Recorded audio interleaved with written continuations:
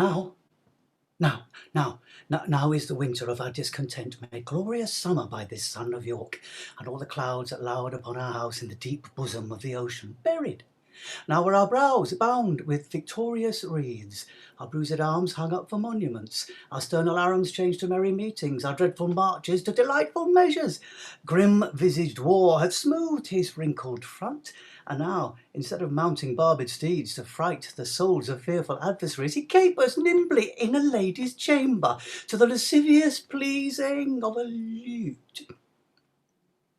But I, that am not shaped for sportive tricks, nor made to court an amorous looking-glass, I that am rudely stamped and want love's majesty to strut before a wanton ambling nymph, I that am curtailed of this fair proportion, cheated of feature by dissembling nature, deformed, unfinished, sent before my time into this breathing world, scarce half made up, and that so lamely and unprofitable that dogs bark at me as I halt by them. Why, I, in this weak piping time of peace, have no delight to pass away the time, unless to spy my shadow in the sun and descant on mine own deformity.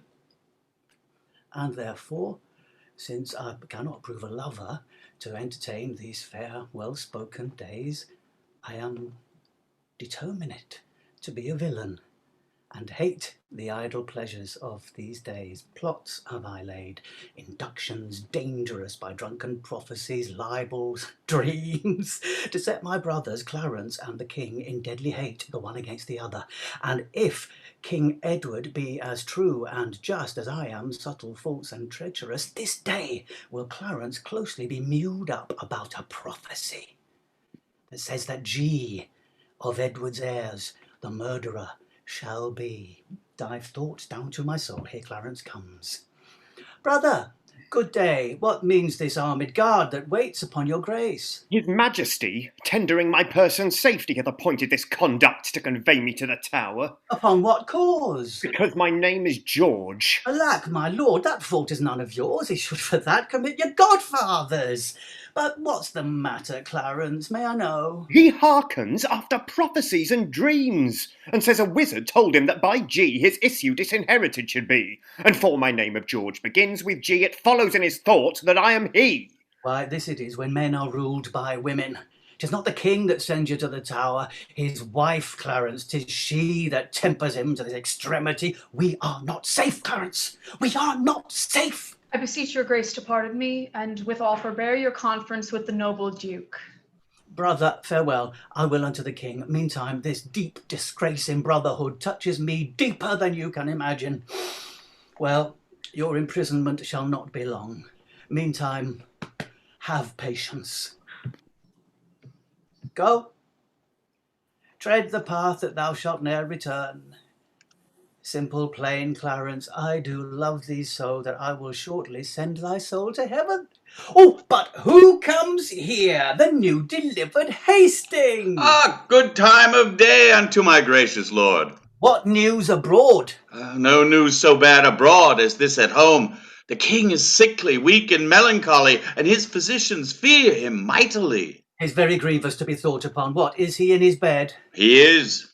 Go you before, and I will follow you. He cannot live, I hope, and must not die till George be packed with post-horse up to heaven.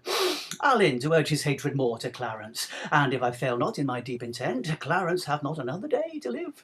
Which done, God take King Edward to his mercy, and leave the world for me to bustle in, for then I'll marry Warwick's youngest daughter. What, though I killed her husband and her father, the readiest way to make the wench amends is to become her husband and her father. But yet I run before my horse to market. Clarence still breathes, Edward still lives and reigns. When they are gone, then must I count my gains. Poor key-cold figure of a holy king, be it lawful that I invocate thy ghost, to hear the lamentations of poor Anne, wife to thy Edward, to thy slaughtered son, stabbed by the selfsame hand that made these wounds. Cursed be the hand that made these fatal holes. Cursed the heart that had the heart to do it. If ever he have child, abortive be it. If ever he have wife, let her be made as miserable by the death of him as I am made by my poor lord and thee. What black magician conjures up this fiend? Avaunt, thou dreadful minister of hell! Sweet saint, for charity, be not so cursed. Foul devil, for God's sake hence, and trouble us not, for thou hast made the happy earth thy hell.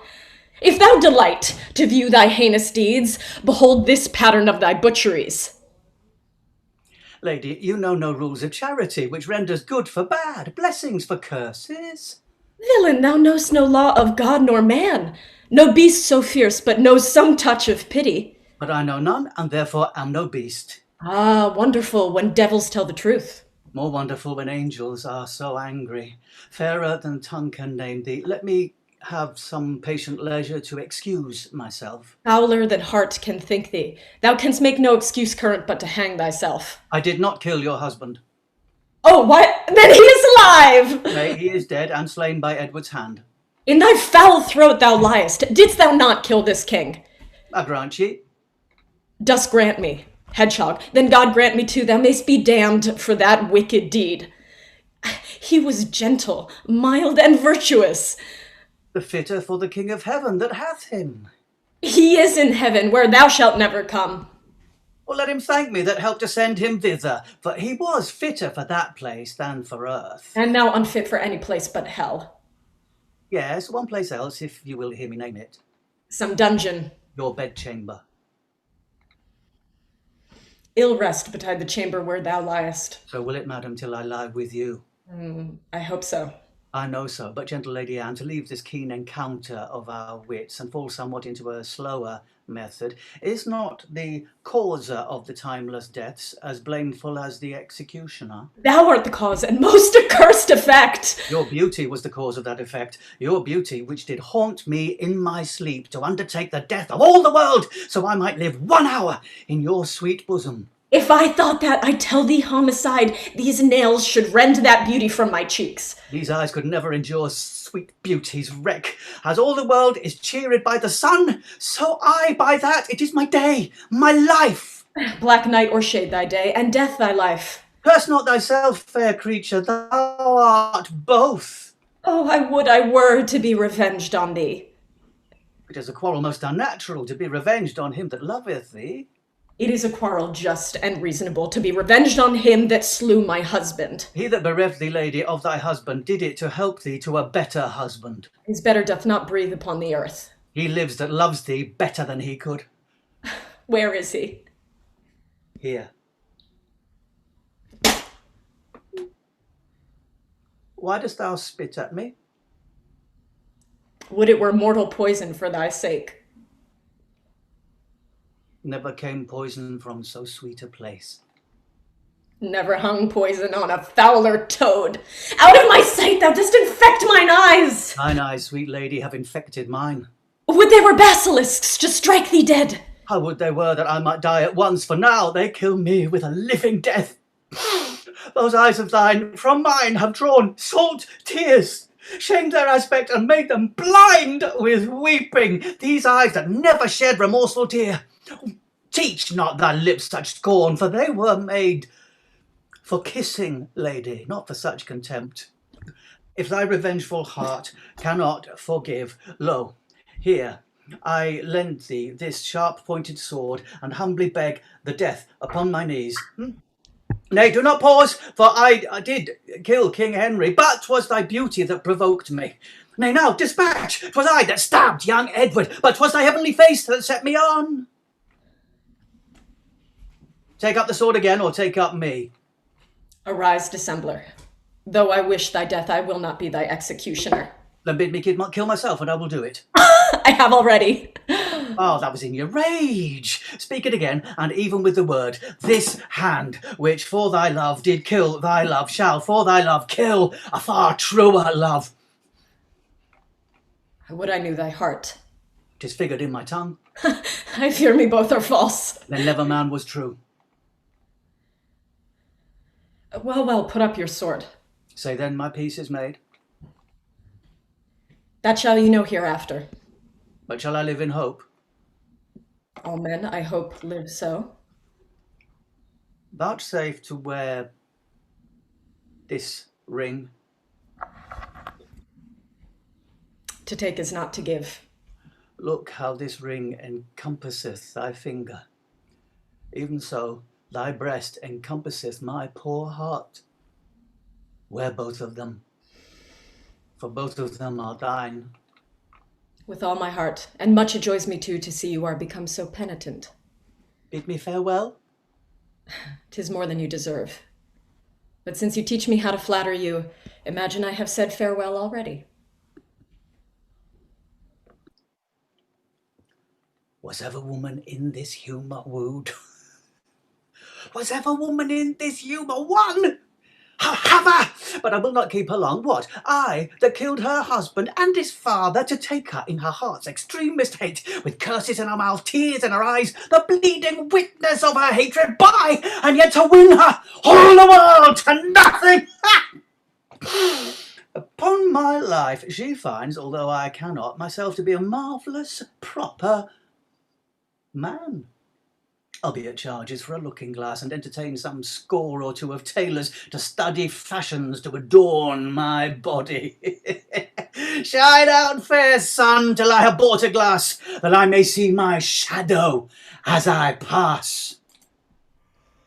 Have patience, madam. There's no doubt his majesty will soon recover his accustomed health. If he were dead, what would betide of me?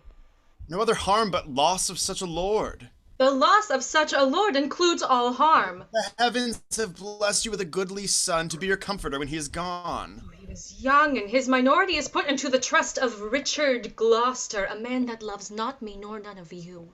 Time of day unto your royal grace. Oh, saw you the king today, good Buckingham.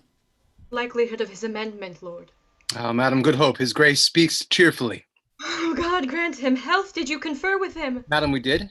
He desires to make atonement between the Duke of Gloucester and your brothers, and betwixt them and my Lord Chamberlain, and sent to warn them of his royal presence. Oh, but that will never be. I fear our happiness is at the highest.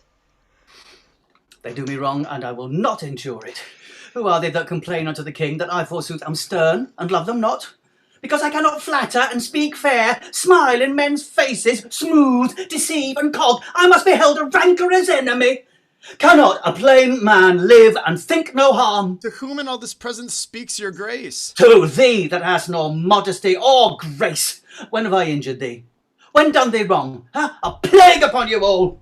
Brother of Gloucester, you mistake the matter. You envy my advancement and my friends. God grant we may never have need of you. Meantime, God grants that we have need of you. Our brother is imprisoned by your means, myself disgraced, and the nobility held in contempt. My lord, you do me shameful injury. I never did incense his majesty against the Duke of Clarence, but have been an earnest advocate to plead for him. You may deny that you were not the cause of my Lord Hastings' late imprisonment.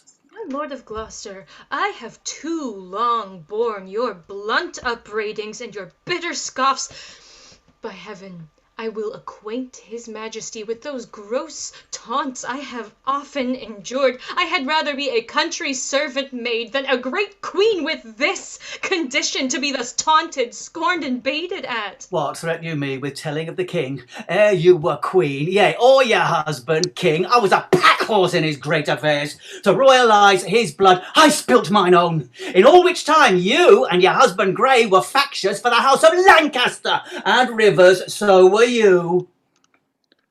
My Lord of Gloucester, in those busy days, we followed then our lord, our lawful king. So should we you if you should be our king. If I should be, I had rather be a peddler. Far be it from my heart, the thought of it. Hear me, you wrangling pirates that fall out in sharing that which you have pilled from me. Which of you trembles not that looks on me? Foul wrinkled witch, what makes thou in my sight? Wert thou not banished on pain of death?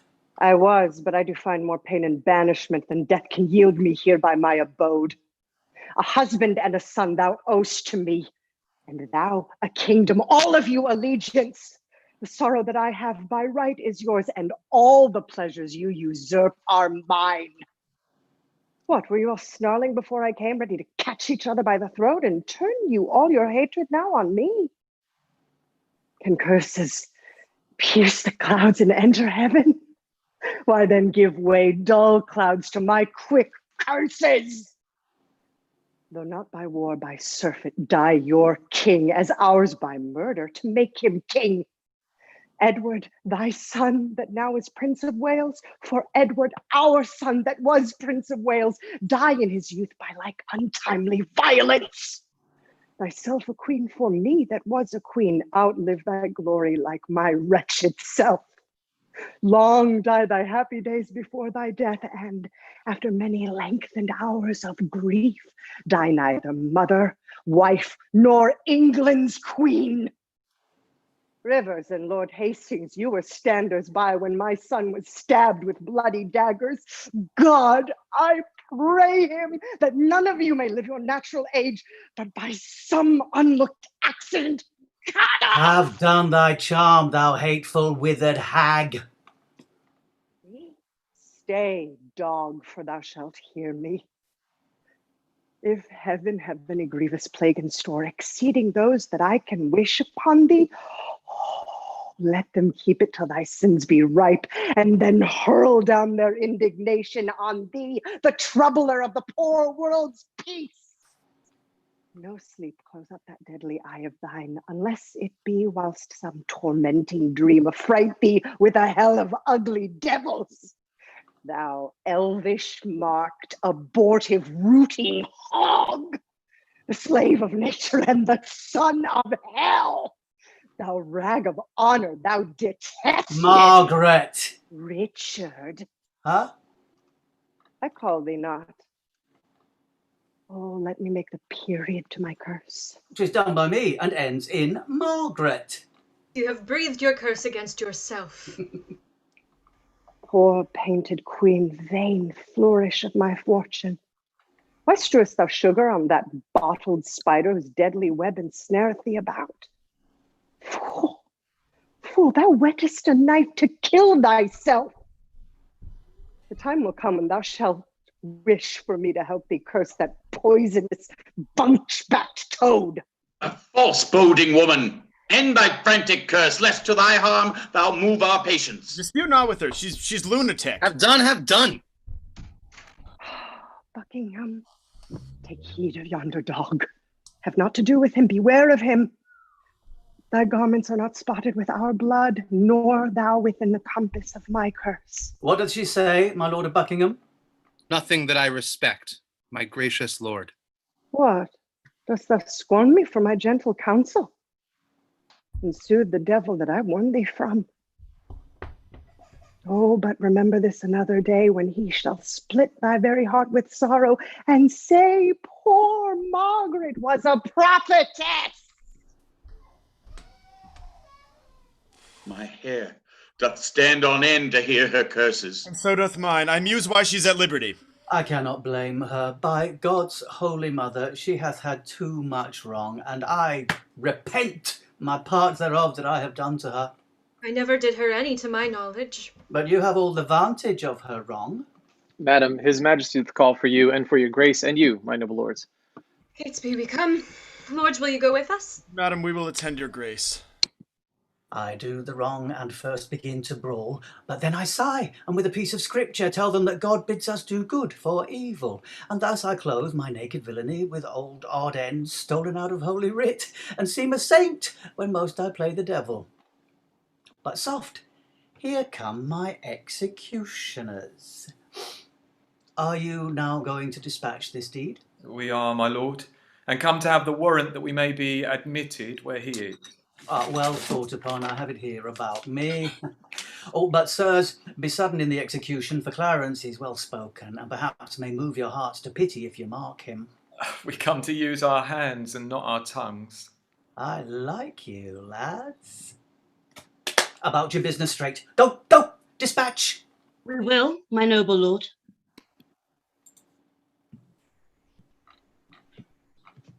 Why looks your grace so heavily today?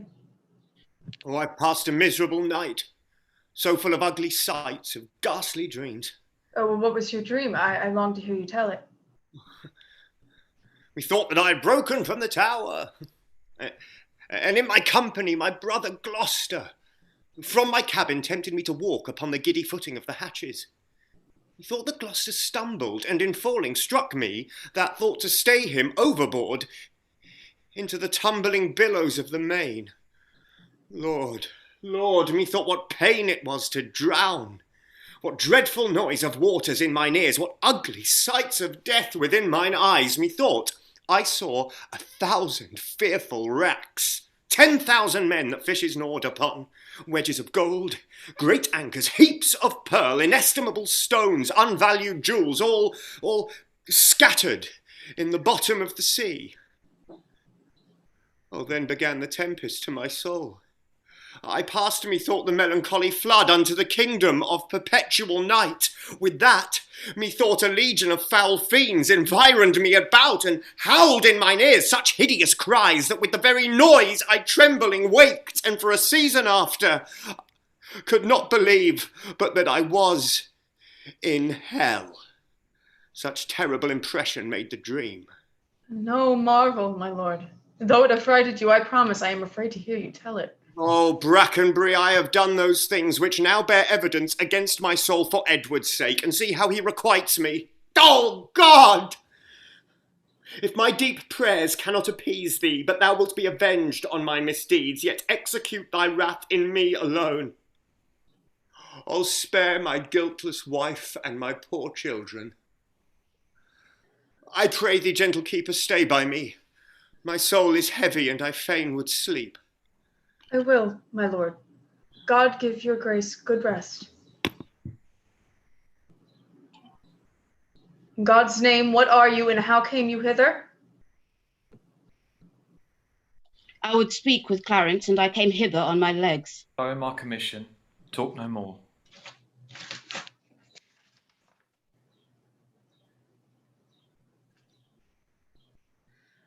I am in this commanded to deliver the noble Duke of Clarence to your hands. I will not reason what is meant hereby, because I will be guiltless of the meaning. Here are the keys. There sits the Duke asleep.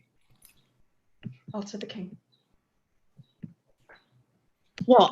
Shall we stab him as he sleeps? Oh, he shall never wake till Judgment Day. The urging of that word judgment have bred a kind of remorse in me. What, art thou afraid?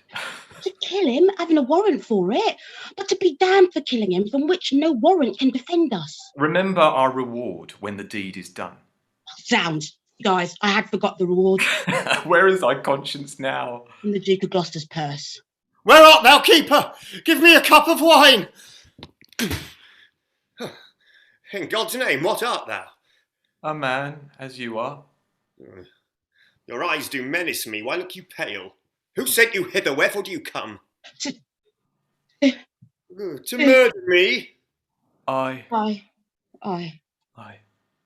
You called forth from out of a world of men to slay the innocent. What is my offence? The deed you undertake is damnable. How canst thou urge God's dreadful law to us when thou hast broke it in so dear degree?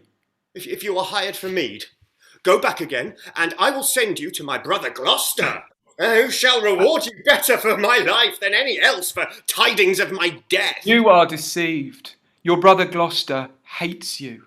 'Tis he that sent us hither now to slaughter thee. It cannot be! For when I parted with him, he hugged me in his arms, and swore with sobs that he would labour my delivery. Make peace with God, for you must die, my lord. Hast thou that feeling in thy soul to counsel me to make peace with God? And art thou yet to thy own soul so blind that thou wilt war with God by murdering me? What shall we do? Relent, and save your souls! Relent, 'tis cowardly and womanish. My friend, I spy some pity in thy looks. And look behind you, my lord. Bloody deed! I'm desperately dispatched. How faint, like Pilate, would I wash my hands of this most grievous, guilty murder done? So do not I. Oh, go, coward as thou art. I'll drown you in the malmsey butt within.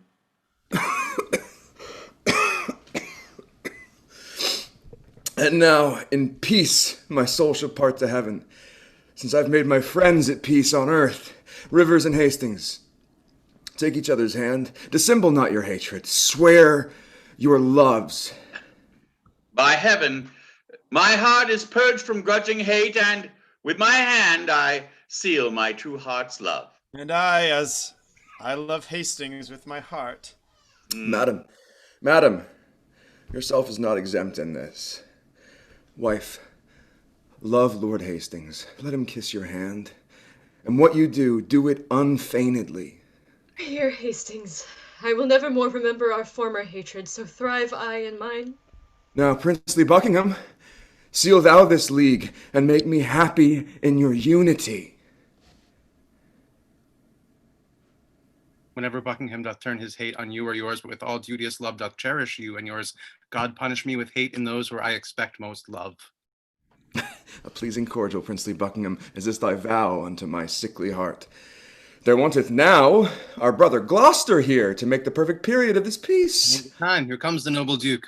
Good morrow to my sovereign king and queen, and princely peers, a happy time of day. Brother, we have done deeds of charity, made peace of enmity, fair love of hate between these swelling, wrong, incensed peers. A blessed labour, my most sovereign liege. Amongst this princely heap, if any here, by false intelligence or wrong surmise, hold me a foe, I desire to reconcile me to his friendly peace. 'Tis death to me to be at enmity. I hate it, and desire all good men's love. I do not know that Englishman alive with whom my soul is any jot at odds. I thank my God for my humility.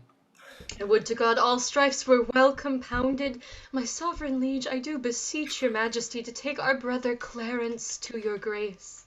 Why, madam, have I offered love for this? Who knows not that the noble duke is dead? Who knows not he is dead? Who knows he is? Is Clarence dead? The order was reversed. But he, poor soul, by your first order died, and that a winged Mercury did bear. Some tardy cripple bore the countermand that came too lag to see him buried. I pray peace!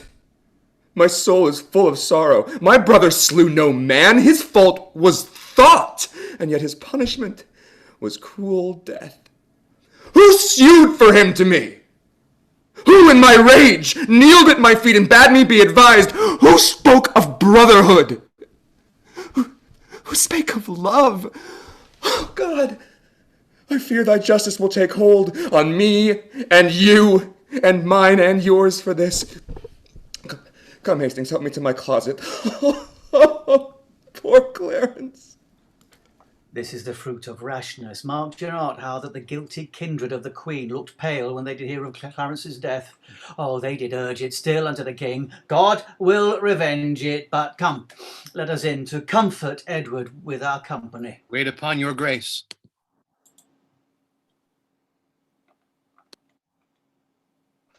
Tell me, good grandam, is our father dead? No, boy. Well, why do you wring your hands and beat your breast and cry, "Oh, Clarence, my unhappy son"? Why do you look on us and shake your head and call us wretches, orphans, castaways, if that our noble father be alive? I do lament the sickness of the king. It were lost sorrow to wail one that's lost. Then, grandam, you conclude that he is dead. The king, my uncle, is to blame for this. Peace, children, peace. The king doth love you well, incapable and shallow innocence. You cannot guess who caused your father's death. Grandam, we can. For my good uncle Gloucester told me the king, provoked by the queen, devised impeachments to imprison him.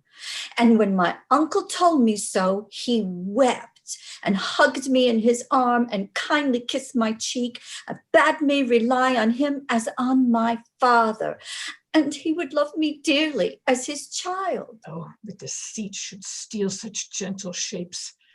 He is my son, yea, and therein my shame. Think you my uncle did dissemble, grandam? Aye, boy. What means this scene of rude impatience? Edward, my lord, your son, our king, is dead? Who shall hinder me to wail and weep, to chide my fortune and torment myself? I'll join with black despair against my soul, and to myself become an enemy. Thou art a widow, yet thou art a mother, and hast the comfort of thy children left thee. But death hath snatched my husband from mine arms, and plucked 2 crutches from my feeble limbs, Edward and Clarence. Good aunt, you wept not for our father's death. How can we aid you with our kindred tears? Give me no help in lamentation, that I, being governed by the watery moon, may send forth plenteous tears to drown the world. Oh, for my husband, for my dear Lord Edward. Oh, for our father, for our dear Lord Clarence. Alas, for both mine, Edward and Clarence. What stay had I but Edward, and he's gone? What stay had we but Clarence? Clarence, he's gone. What stays had I but they, and they are gone. Was never widow had so dear a loss. Were never orphans had so dear a loss. Was never mother had so dear a loss. Madam, bethink you like a careful mother of the young prince your son. Send straight for him, let him be crowned. In him your comfort lives. Drown desperate sorrow in dead Edward's grave, and plant your joys in living Edward's throne. Madam, have comfort. All of us have cause to wail the dimming of our shining star, but none can cure their harms by wailing them. Now cheer each other in each other's love. Meseemeth good that with some little train forthwith from Ludlow the young prince be fetched hither to London to be crowned our king. Why with some little train, my lord of Buckingham? Marry, my lord, lest by a multitude the new-healed wound of malice should break out, which would be so much the more dangerous by how much the estate is green and yet ungoverned. I hope the king made peace with all of us, and the compact is firm and true in me.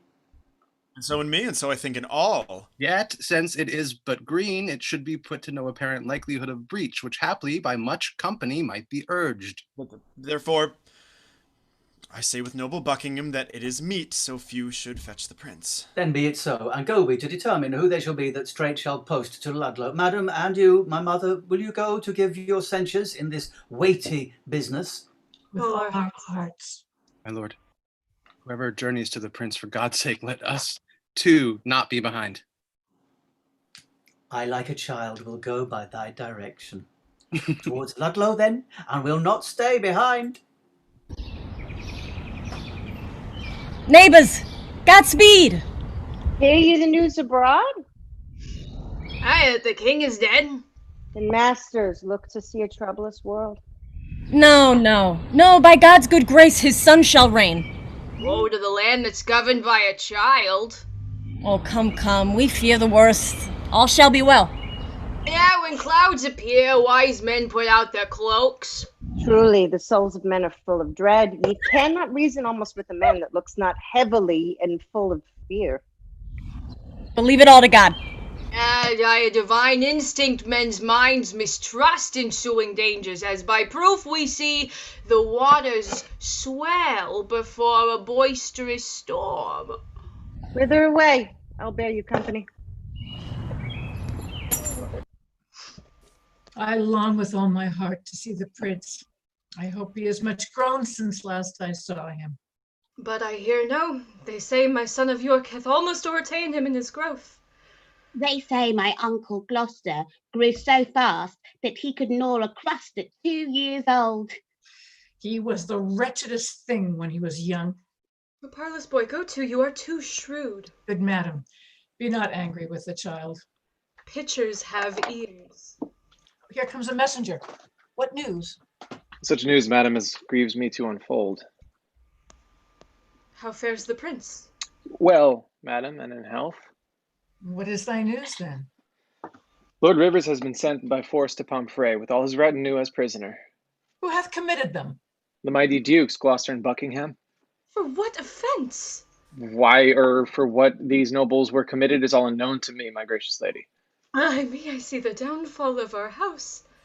The tiger now hath seized the gentle hind. Insulting tyranny begins to jet upon the innocent and aweless throne. Welcome! Destruction, death, and massacre I see as in a map the end of all. My husband lost his life to get the crown, and being seated themselves the conquerors, make war upon themselves, blood against blood, self against self. O preposterous and frantic outrage, end thy damned spleen, or let me die to look on death no more. Come, we will to sanctuary. Welcome, sweet prince, to London. Welcome to your chamber. The weary way has made you melancholy. Want more uncles here to welcome me. Those uncles which you want were dangerous. Your grace attended to their sugared words, but looked not on the poison of their hearts. God keep you from them and from such false friends. God keep me from false friends, but they were none. I thought my mother and my brother York were long ere this have met us on the way. Fie, what a slug is Hastings, that he comes not to tell us whether they will come or no. And in good time, here comes the sweating lord. Oh, welcome, my lord. Will our mother come? On what occasion? God, he knows, not I. The queen, your mother, and your brother York have taken sanctuary. What an indirect and peevish course is this of hers? Lord Hastings, will your grace persuade the queen to send the Duke of York into his princely brother presently? If she deny, from her jealous arms pluck him perforce.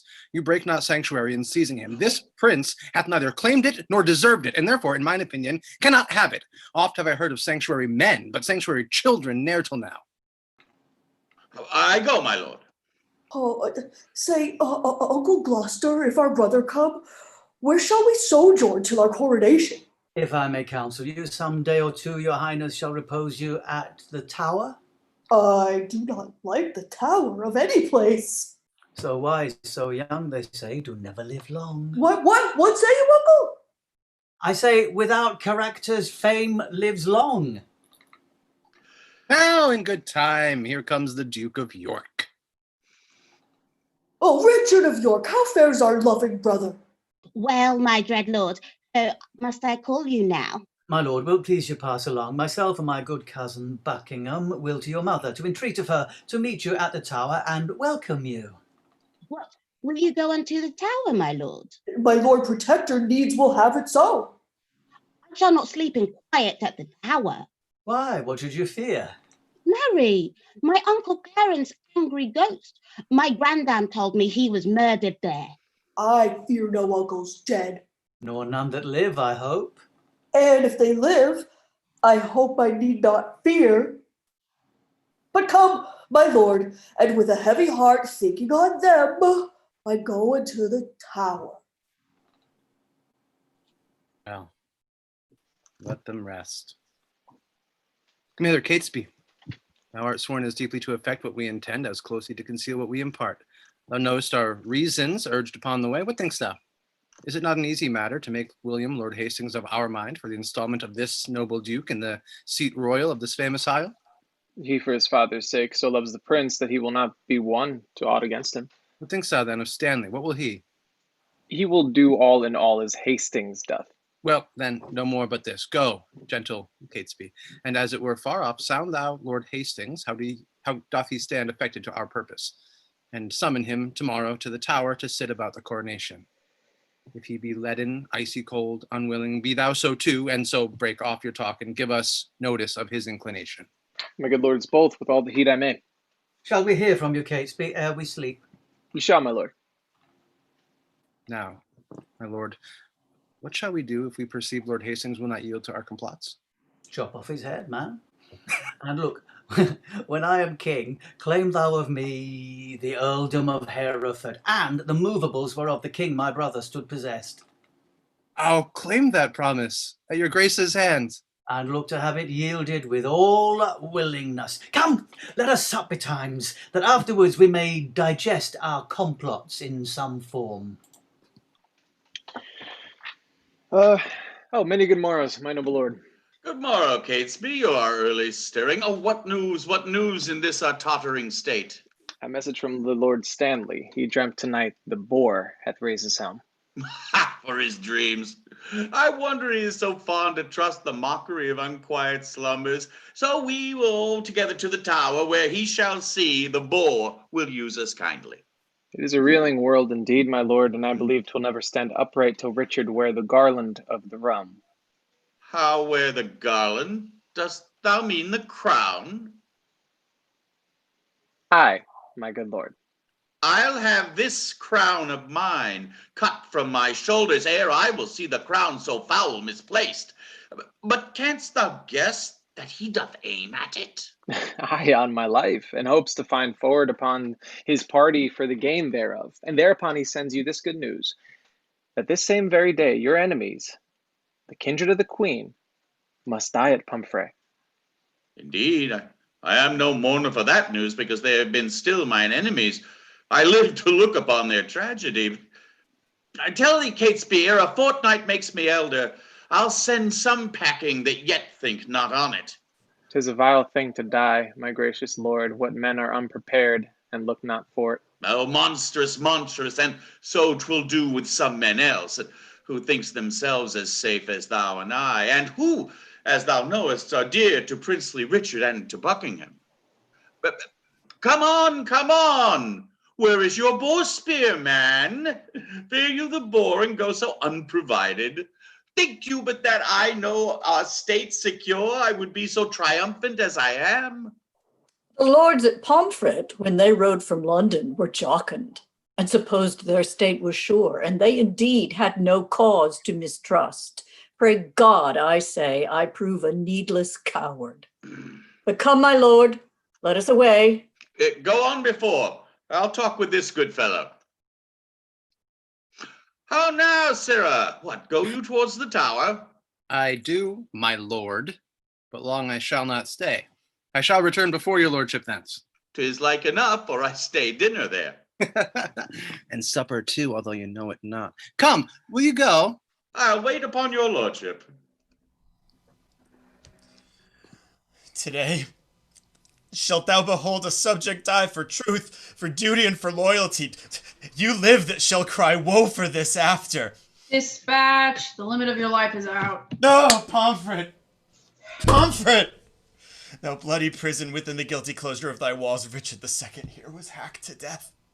Now Margaret's curse is fallen upon our heads for standing by when Richard stabbed her son, then cursed she Hastings, then cursed she Buckingham, then cursed she Richard. Oh, remember, God, to hear her prayers for them as now for me and for my sister and her princely sons. Be satisfied, dear God, with my true blood, which, as thou knowest, unjustly must be spilt. Make haste. The hour of death is expiate. My lords, at once the cause why we are met is to determine of the coronation. In God's name speak, when is the royal day? Tomorrow, then, I judge a happy day. Who knows the Lord Protector's mind herein? Who is most inward with the royal duke? Your grace, we think, should soonest know his mind. Who, I, my lord? Who, I, my lord? Oh. We know each other's faces, but for our hearts he knows no more of mine than I of yours, nor I no more of his than you of mine. Lord Hastings, you were wont to speak, and you and he are near in love. I thank his grace, I know he loves me well, but for his purpose in the coronation, I had not yet sounded him, nor he delivered his gracious pleasure any way therein. But you, my noble lords, may name the time, and in the Duke's behalf, I'll give my voice, which I presume he'll take in gentle part. Now in good time, here comes the Duke himself. My noble lords and cousins all, good morrow. I have been long a sleeper. And do not come upon your cue, my lord. William Lord Hastings had pronounced your part, your lines. I mean, your voice, for crowning of the king. Then, my Lord Hastings, no man might be bolder. His lordship knows me well and loves me well. I thank your grace.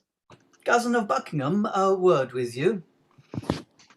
Catesby hath sounded Hastings in our business, and finds the testy gentleman so hot as he will lose his head ere give consent his master's son, as worshipfully terms it, shall lose the royalty of England's throne. Withdraw you hence, my lord. I'll follow you. His grace looks cheerfully and smooth today. There's some conceit or other likes him well. Now, when he doth bid good morrow with such a spirit, I think there's never a man in Christendom that can less hide his love or hate than he, for by his face straight shall you know his heart. What of his heart perceive you in his face by any likelihood he showed today? Marry, that with no man here he is offended, for were he would have shown it in his looks. I pray God he be not, I say. I pray you all, tell me what they deserve that do conspire my death with devilish plots of damned witchcraft, and that have prevailed upon my body with their hellish charms. The tender love I bear your grace, my lord, make me most forward in this noble presence to doom the offenders, whosoe'er they be. I say, my lord, they have deserved death. Then be your eyes the witness of this ill. See how I am bewitched. Behold, my arm is like a blasted sapling withered up, and this is Edward's wife, that monstrous witch that by her witchcraft thus hath marked me. If she has done this thing, my gracious lord. Dost know me of ifs? Thou art a traitor. Off with his head. Now, by St. Paul, I swear I will not dine until I see the same. Ratcliffe, look that it be done. The rest that love me, rise and follow me. Stanley did dream the boar did raise his helm, but I disdained it and did scorn to fly. Oh, Margaret, Margaret, now thy heavy curse is lighted on poor Hastings' wretched head. Dispatch, my lord. The Duke would be at dinner. Make a short shrift. He longs to see your head. Bloody Richard, miserable England. Now come, lead me to the block. Bear him my head. They smile at me shortly that shall be dead. Come, cousin, canst thou quake and change thy colour, murder thy breath in the middle of the word, and then begin again and stop again, and as if thou wert distraught and mad with terror? That I can counterfeit. The deep tragedian ghastly looks are at my service. Like enforced smiles, and both are ready in their offices at any time to grace my stratagems.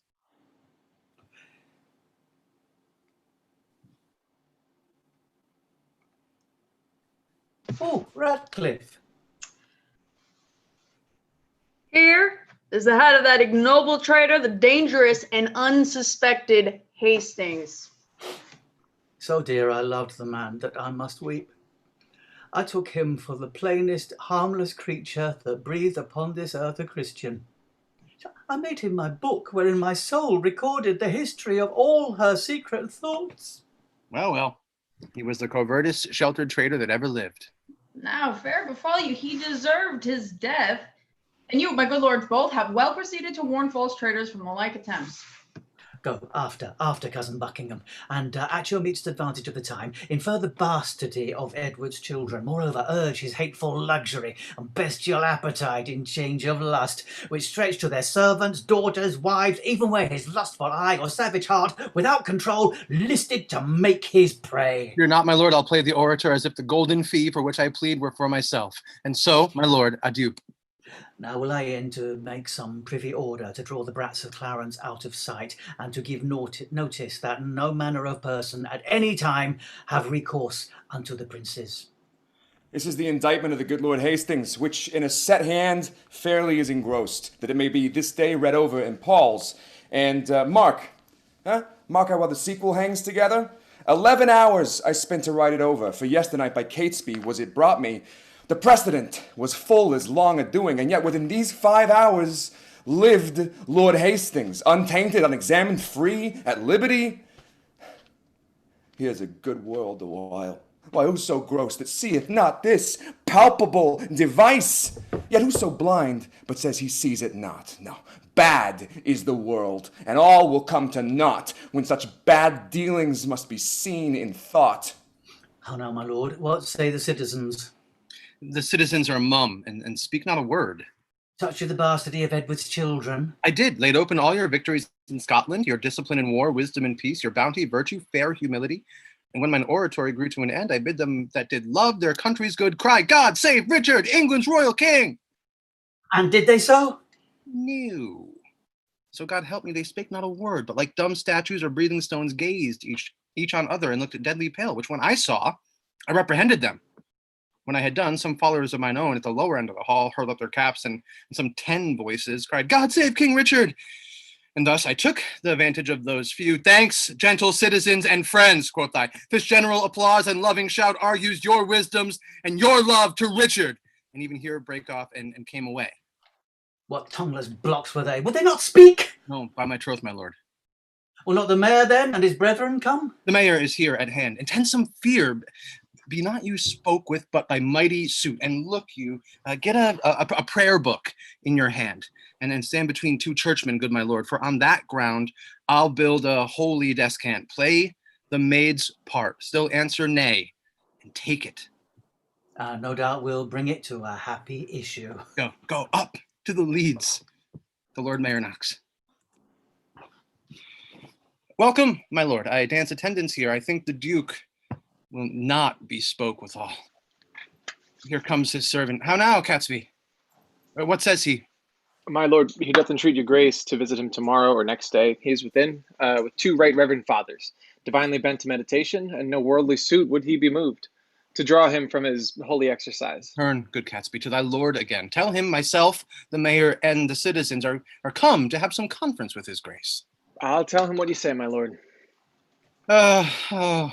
My lord, this prince is not an Edward. He is not lolling on a lewd daybed, but on his knees at meditation. Happy were England would this gracious prince take on himself the sovereignty thereof. But sure, I fear we never shall win him to it. Marry, God forbid his grace should say us nay. I fear he will. How now, Catesby, what says your lord? My lord, he wonders to what end you have assembled such troops of citizens to speak with him, his grace not being warned thereof before. My lord, he fears you mean no good to him. By heaven, I come in perfect love to him, and so once more return and tell his grace. When holy and devout religious men are at their beads, 'tis hard to draw them thence. Mm-hmm. Oh, see where he stands between 2 clergymen. 2 props of virtue for a Christian prince, and see a book of prayer in his hand. Famous Plantagenet, most gracious prince, lend favorable ears to our request and pardon us the interruption of thy devotion and right Christian zeal. My lord, there needs no such apology. I rather do beseech you, pardon me, who earnest in the service of my God, neglect the visitation of my friends. I do suspect I have done some offence that seems disgracious in the city's eyes, and that you come to reprehend my ignorance. No, it is your fault that you resign the supreme seat, the throne, majestical, your state of fortune, and your due of birth, to the corruption of a blemished stock, which to recure, we heartily solicit your gracious self to take on you the charge and kingly government of this your land. I know not whether to depart in silence or bitterly to speak in your reproof, but God be thanked, there is no need of me. The royal tree hath left us royal fruit. My lord, this argues conscience in your grace. You say that Edward is your brother's son. So say we too, but not by Edward's wife. Alas, why would you heap these cares on me? I am unfit for state and majesty. I do beseech you, take it not amiss. I cannot, nor I will not yield to you. Not, mighty lord, this proffered love. I'll make them joyful, grant their lawful suit. Do, my good lord, your citizens entreat you. Yet whether you accept our suit or no, your brother's son shall never reign our king, but we will plant some other in the throne, to the disgrace and downfall of your house. And in this resolution, here we leave you. Would you enforce me to a world of care? Well, call them again. I am not made of stone, but penetrable to your kind entreaties, albeit against my conscience and my soul, cousin of Buckingham. And you, sage, grave men, since you will buckle fortune on my back to bear her burden, whether I will or no, I must have patience to endure the load. Then I salute you with this royal, kingly title. Long live Richard, England's royal king. God bless your grace. Tomorrow will it please you to be crowned? Even when you please, since you will have it so. Tomorrow, then, we will attend your grace, and so most joyfully we take our leave. Come, let us to our holy task again. Farewell, good cousin. Farewell, gentle friends. Daughter, well met. God give your graces both a happy and a joyful time of day. Much to you, good sister. Whither away? No further than the Tower. And as I guess upon the like devotion as yourselves, to gratulate the gentle princes there. Kind sister, thanks. We'll enter all together. And in good time, here the lieutenant comes. Master Lieutenant, pray you, by your leave, how doth the prince and my young son of York? Right well, dear madam. By your patience, I may not suffer you to visit them. The king hath straitly charged the contrary. The king? Why, who's that? I cry you mercy, I mean the Lord Protector. The Lord protect him from that kingly title. Hath he set bounds betwixt their love and me? I am their mother. Who should keep me from them? No, madam, no. I may not leave it so. I am bound by oath, and therefore, pardon me. Let me but meet you ladies 1 hour hence, and I'll salute your Grace of York as mother and reverend looker-on of 2 fair queens. Come, madam, you must straight to Westminster, there to be crowned Richard's royal queen. Oh, despiteful tidings! Oh, unpleasing news! Ill-dispersing wind of misery. O my accursed womb, the bed of death. A cockatrice hath thou hatched to the world, whose unavoided eye is murderous. Come, madam, come. I in all haste was sent. And I in all unwillingness will go. I would to God that the inclusive verge of golden metal that must round my brow were red-hot steel, to sear me to the brain. Anointed let me be with deadly venom, and die ere men can say, God save the queen. Oh, go, poor soul, I envy not thy glory. To feed my humour, wish thyself no harm. No, why? When he that is my husband now came to me, as I followed Henry's corpse, when scarce the blood was well washed from his hands, oh, when I say I looked on Richard's face, this was my wish. Be thou, quoth I, accursed, for making me so young, so old a widow, and when thou weddest, let sorrow haunt thy bed, and be thy wife, if any be so mad, as miserable by the life of thee, as thou hast made me by my dear lord's death. Lo, ere I can repeat this curse again, even in so short a space, my woman's heart grossly grew captive to his honey words, and proved the subject of my own soul's curse, which ever since hath kept mine eyes from rest, and never yet 1 hour in his bed have I enjoyed the golden dew of sleep. Besides, he hates me for my father Warwick, and will, no doubt, shortly be rid of me. Farewell, thou woeful welcomer of glory. Adieu, poor soul, that takes thy leave of it. Go thou to Richard, and good angels guard thee. Go thou to sanctuary, and good thoughts possess thee. I to my grave, where peace and rest lie with me. Stay, yet look back with me unto the tower. Pity you, ancient stones, those tender babes whose envy hath immured within your walls. Rough cradle for such little pretty ones, rude ragged nurse, old sullen playfellow for tender princes, use my babies well. So foolish sorrow bids your stones farewell. Stand all apart. Cousin of Buckingham. Yes, my gracious lord. Thus high by thy advice, good Buckingham, and thy assistance is King Richard seated. But shall we wear these honours for a day, or shall they last, and we rejoice in them? So live they, and forever may they last. Young Edward lives. Think now what I would say. Say on, my loving lord. Why, Buckingham, I say I would be king. So you are my thrice renowned liege. Ha, my king, 'tis so, but Edward lives. Cousin, thou wert not wont to be so dull. Shall I be plain? I wish the bastards dead, and I would have it suddenly performed. What sayst thou? Speak suddenly, be brief. Your grace may do your pleasure. Say, have I thy consent that they shall die? Give me some breath, some little pause, my lord. I will resolve your grace immediately. I will converse with iron-witted fools and unrespective boys, none of me that look into me with considerate eyes. The deep revolving witty Buckingham no more shall be the neighbour to my counsel. Hath he so long held out with me, untired, and stops he now for breath? Catesby! My lord. Rumour it abroad that Anne, my wife, is sick and like to die. I'll take order for her keeping close. Look how thou dream'st! I say, give out that Anne, my wife, is sick and like to die! About it! For it stands me much upon to stop all hopes whose growth may damage me.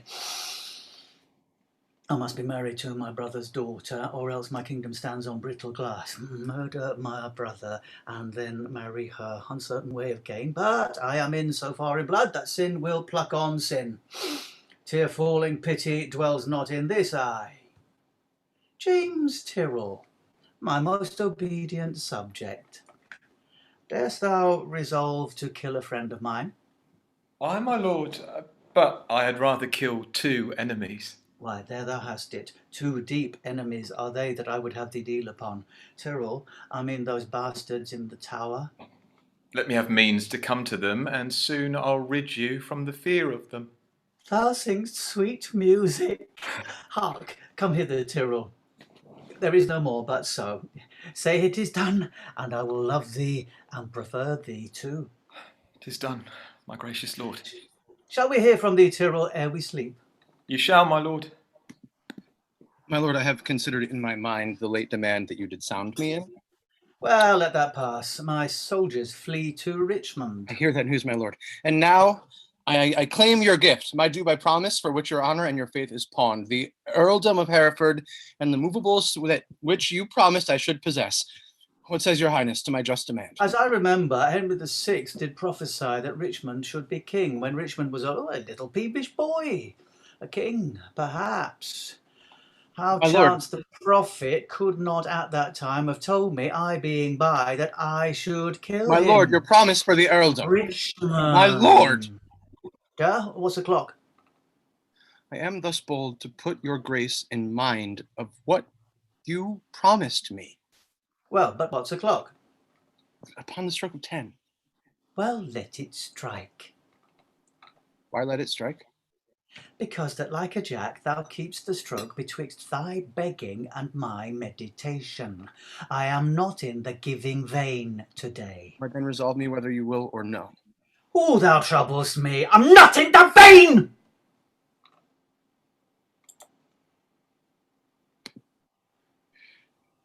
Is it even so? Rewards he my true service with such deep contempt. Made I him king for this? Oh, let me think on Hastings and be gone to Brechnach while my fearful head is on.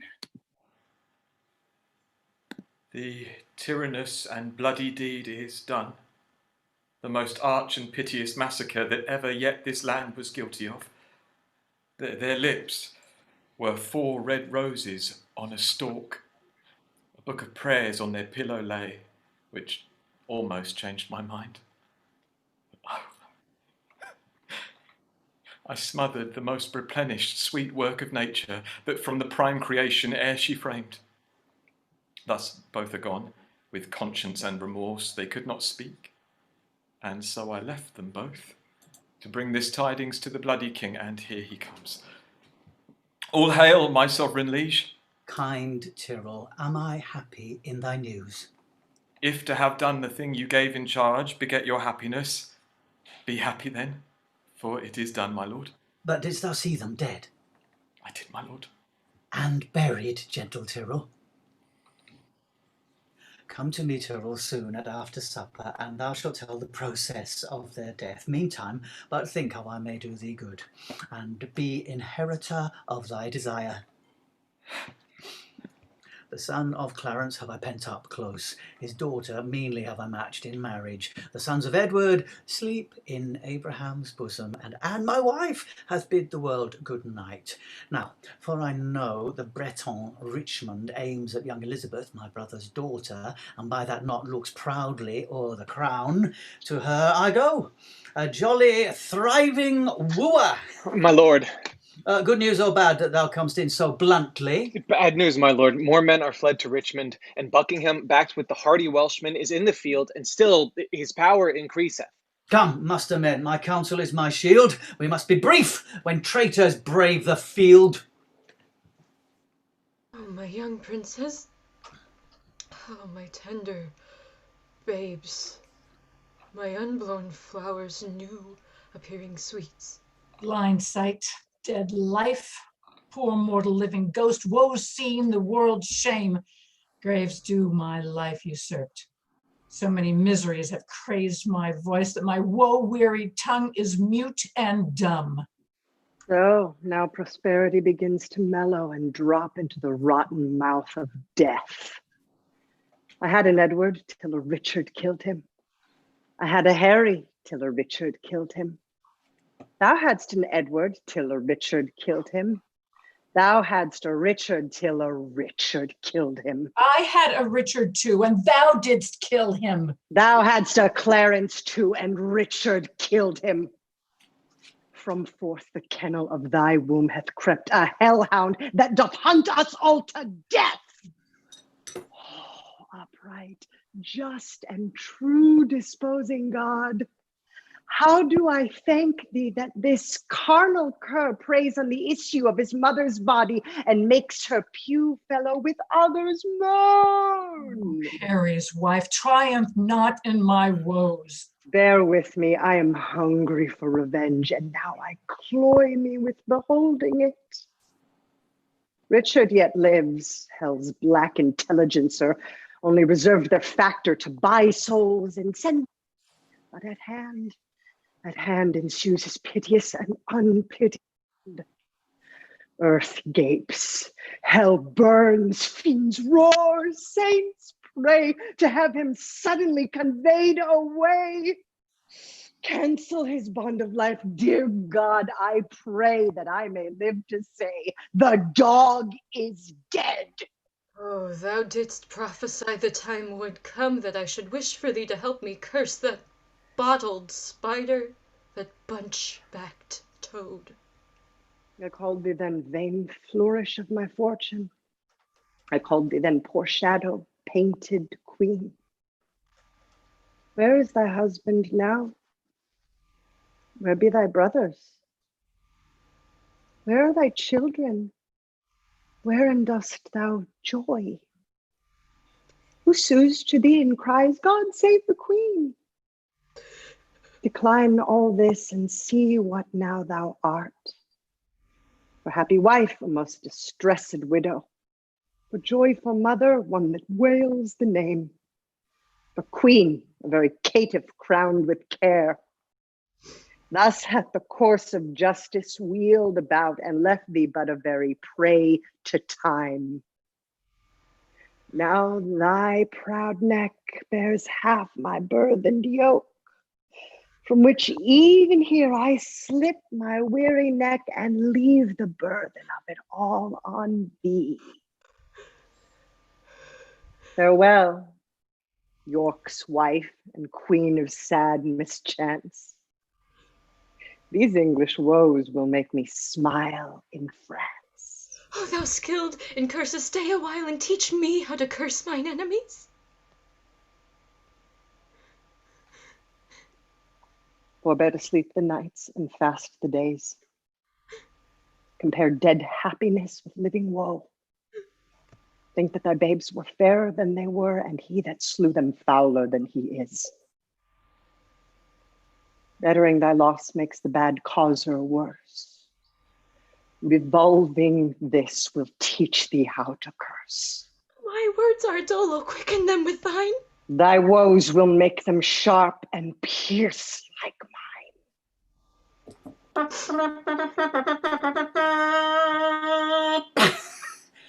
Who intercepts my expedition? Oh, she that might have intercepted thee by strangling thee in her accursed womb from all the slaughters, wretch, that thou hast done. Tell me, thou villain slave, where are my children? Thou toad, where is thy brother Clarence, a little Ned Plantagenet, his son? Flourish, trumpet, strike alarm, alarm, let not the heavens hear these telltale women rail on the Lord's anointed. Strike, I say! Either be patient and entreat me fair, or with the clamorous report of war, thus I will drown your exclamations. Thou camest on earth to make the earth my hell. What comfortable hour canst thou name that ever graced me in thy company? If I be so disgracious in your sight, let me march on and not offend your grace. Strike the drum! Hear me a word, for I shall never speak to thee again. Therefore take with thee my most heavy curse. Bloody thou art, bloody will by thy end. Shame serves thy life, and doth thy death attend. I say amen to all. Stay, madam, I must speak a word with you. I have no more sons of the royal blood for thee to murder. You have a daughter called Elizabeth, virtuous and fair, royal and gracious. And she must die for this. Oh, let her live. Madam, so thrive I in my enterprise and dangerous success of bloody wars, as I intend more good to you and yours than ever you or yours were by me wronged. Good is covered with the face of heaven to be discovered that can do me good. The advancement of your children, gentle lady. Tell me what state, what dignity, what honour canst thou demise to any child of mine? Be not so hasty to confound my meaning. I mean that with my soul I love thy daughter, and mean to make her Queen of England. Say then, who dost thou mean shall be her king? Even he that makes her queen, who should be else? How canst thou woo her? Well, that would I learn of you. Send to her, by the man that slew her brothers, a pair of bleeding hearts, thereon engrave Edward and York. Then happily she will weep if this inducement force her not to love. Send her a story of thy noble acts. Tell her thou madest away her uncle Clarence, her uncle Rivers, yea, and for her sake madest quick conveyance with her good Aunt Anne. Come, come, you mock me. This is not the way to win your daughter. There is no other way, unless thou couldst put on some other shape, and not be Richard that hath done all this. Say that I did all this for love of her. Nay, then indeed she cannot choose but hate thee, having bought love with such a bloody spoil.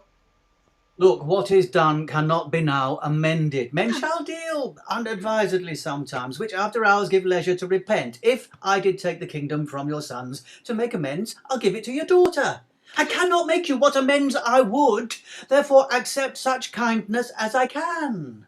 Go then, my mother, to thy daughter go, prepare her ears to hear a wooer's tale, and when this arm of mine hath chastised the petty rebel dull-brained Buckingham, bound with triumphant garlands will I come, and lead thy daughter to a conqueror's bed.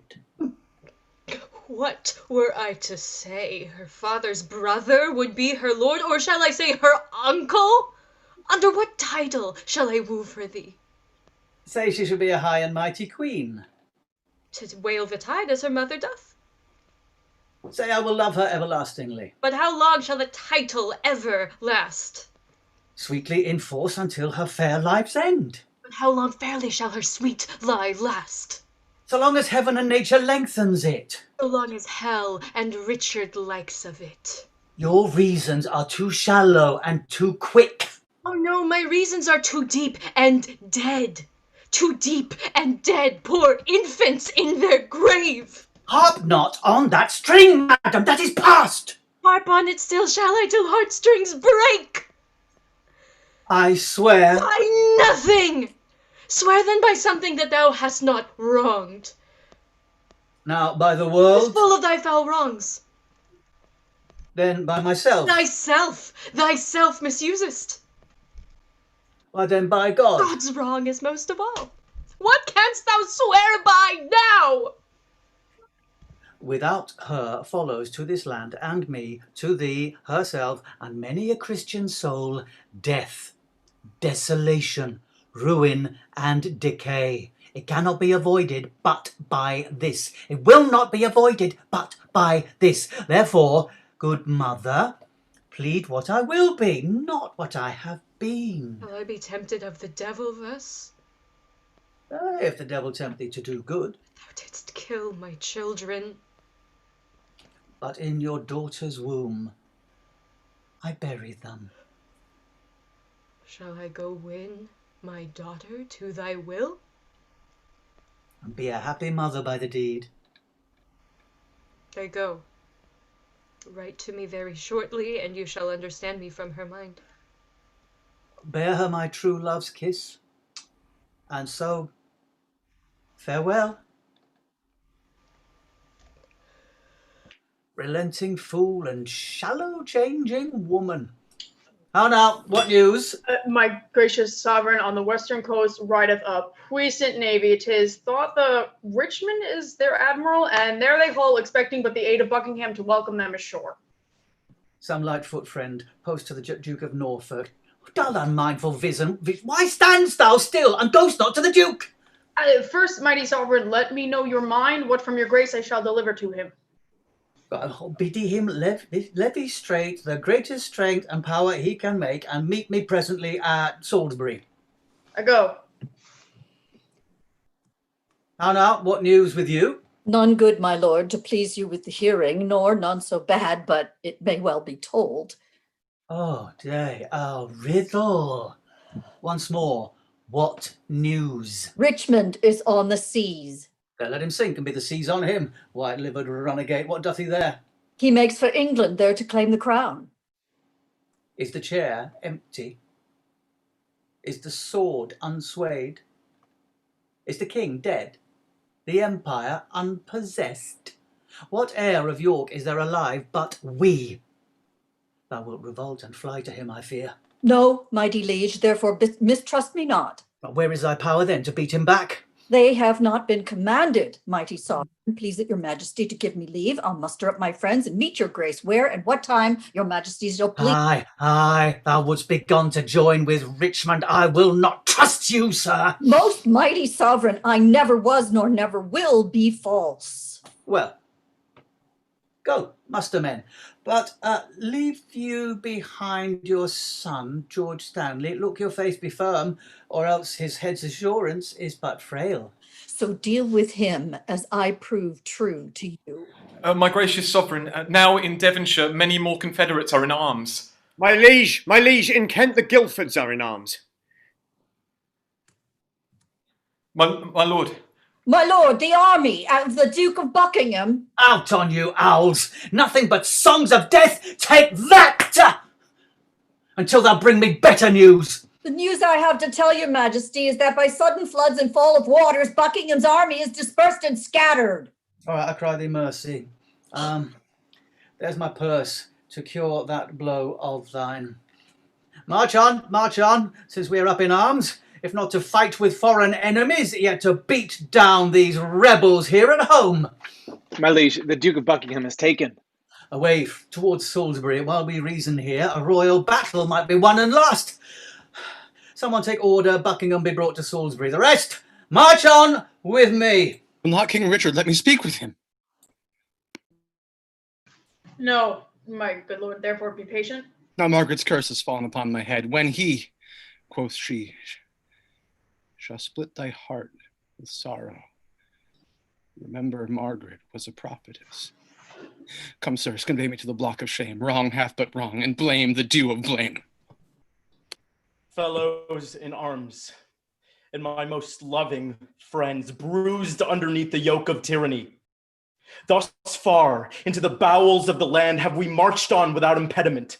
And here receive we from our father Stanley lines of fair comfort and encouragement.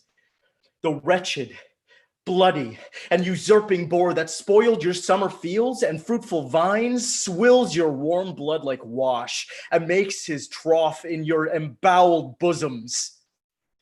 In God's name, cheerily on, courageous friends, to reap the harvest of perpetual peace by this one bloody trial of sharp war. Every man's conscience is 1,000 swords to fight against that bloody homicide.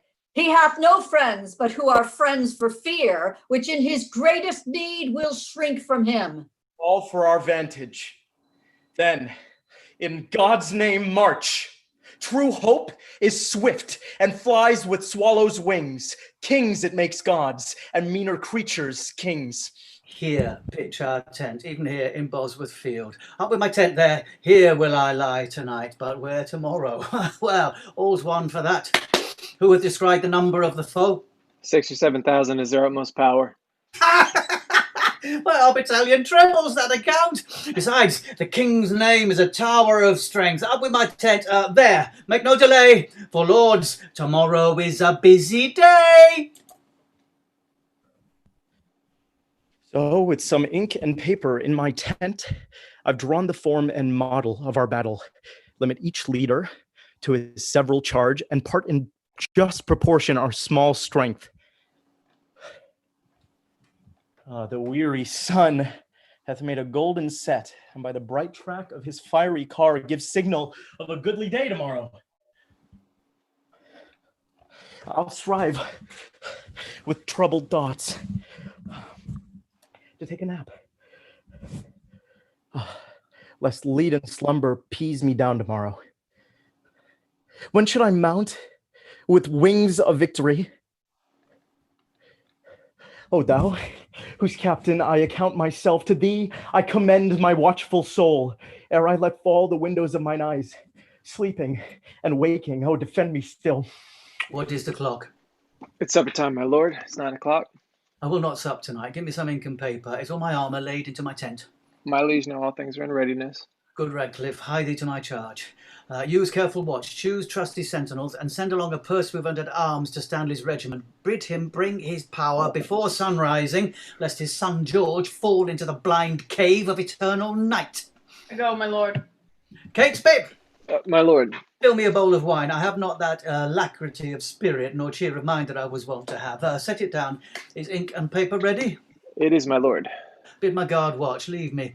Catesby, about the mid of night, come to my tent and help me arm. Leave me, I say!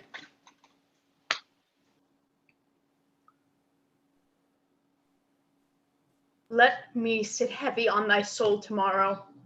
Think how thou stabbest me in my prime of youth at Tewkesbury. Despair, therefore, and die. When I was mortal, my anointed body by thee was punched full of deadly holes. Harry the Sixth bids thee despair and die. Let me sit heavy on thy soul tomorrow. Poor Clarence, by thy guile betrayed to death. Tomorrow in the battle think on me and fall thy edgeless sword. Despair and die. Heavy on thy soul tomorrow, rivers that died at Pomfret. Despair and die. Bloody and guilty, guiltily awake. Think on Lord Hastings, despair and die. Dream on thy cousin smothered in the tower. Thy nephew's souls bid thee despair and die. Richard, thy wife, and wretched Anne, that wife, that never slept a quiet hour with thee, tomorrow in the battle think on me, and fall thy edgeless sword. Despair and die. The last was I that helped thee to the crown. The last was I that felt thy tyranny. Oh, in the battle, think on Buckingham. Dream on of deeds and bloody death. Fainting despair, despairing, yield thy breath. Give me another horse. Bind up my wounds. Have mercy, Jesus. Oh. Soft. Oh, I did but dream. Oh, coward conscience, how dost thou afflict me? The lights turn blue. It is now dead midnight. Oof. Cold, fearful drops stand on my trembling flesh. What do I fear? Myself, there's none else by. Richard loves Richard, that is, I am I. Is there a murderer here? No. Yes, I am. Then fly. What, from myself? Great reason why, lest I revenge. What, myself upon myself? I love myself. Wherefore? For any good that I myself have done unto myself? Oh no, alas, I rather hate myself for hateful deeds committed by myself. I am a villain! Yet a lie, I am not. Fool, of thyself speak well, fool, do not flatter. My conscience hath 1,000 several tongues, and every tongue brings in a several tale, and every tale condemns me for a villain. Perjury! Perjury in the highest degree, murder, stern murder in the direst degree, all several sins, all used in each degree, throng to the bar, crying all, guilty, guilty.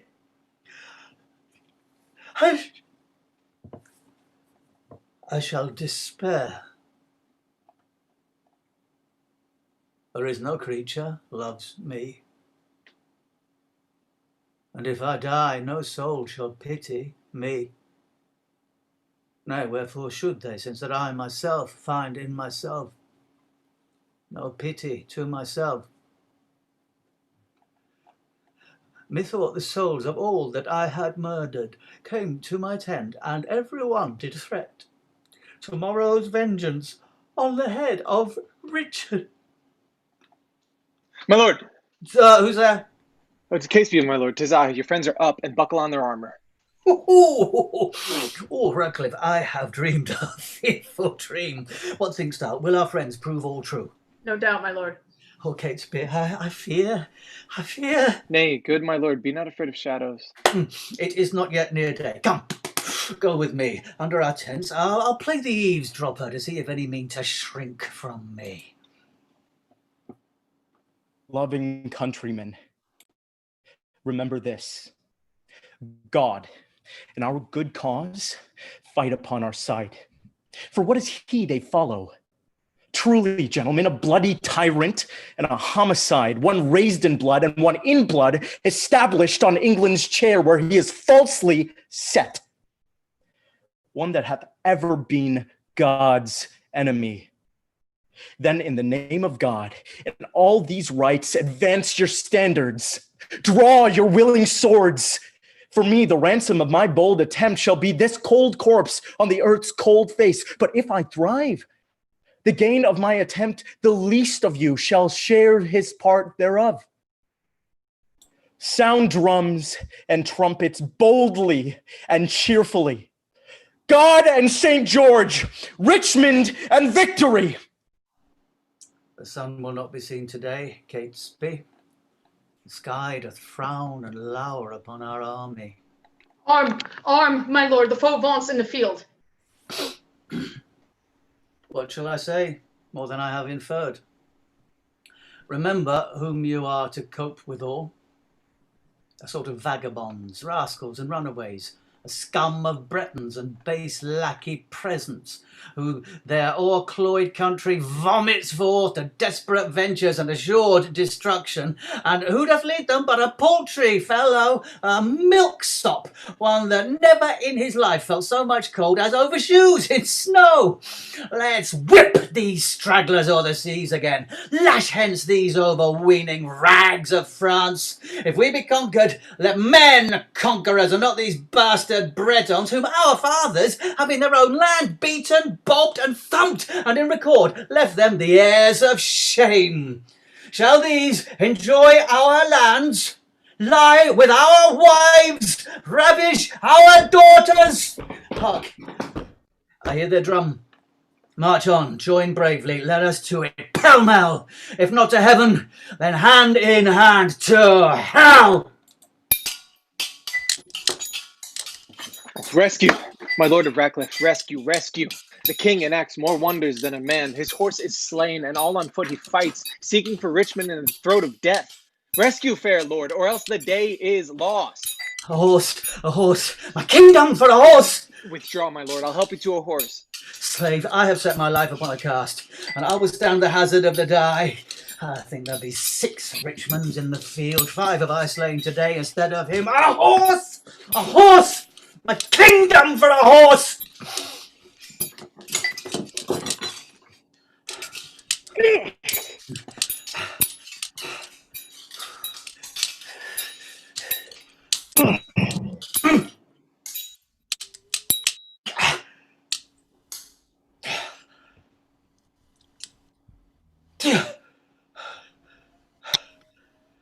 God, in your arms be praised.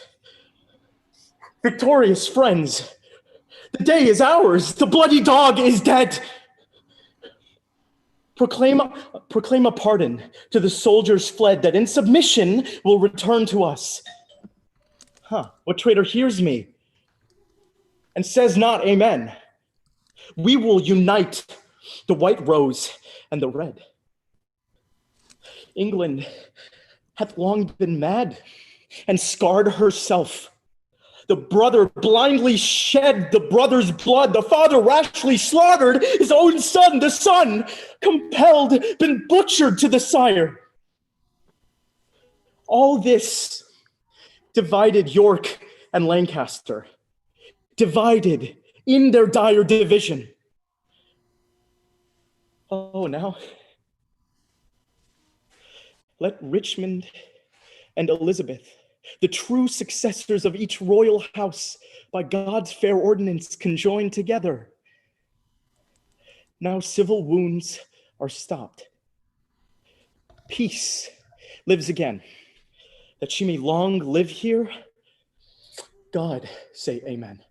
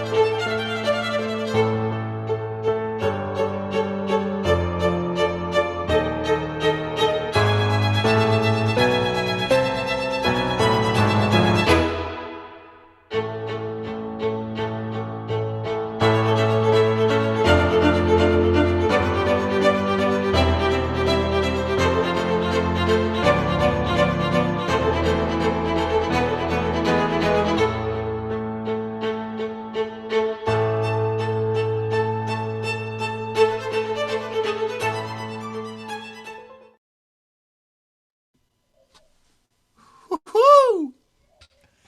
Yo, cast. Yeah, fam. Nicely done. Holy cow, the YouTube is an encouraging place right now. Got lots of clapping and love and the like. Someone writes, just amazing performance. Can't believe this is a reading. Amazing. And then something I think of all the time. Can you even imagine what an amazing job this cast would be on the same stage? So one day, we hope. But in the meantime, while we are here, thank you to everyone who joined on YouTube to check out R3. And as someone wrote in the comments, enter the Tudors to England's crown, because sure enough, here wraps up the Wars of the Roses. So thanks for going on the ride with us. And tonight we're pumped that we get to talk through our regular questions with everybody in the cast and with the YouTube. So we'll start off throwing out the first of our regular questions to the folks gathered here and ask, what did you learn about the play that you didn't know before today, if anything?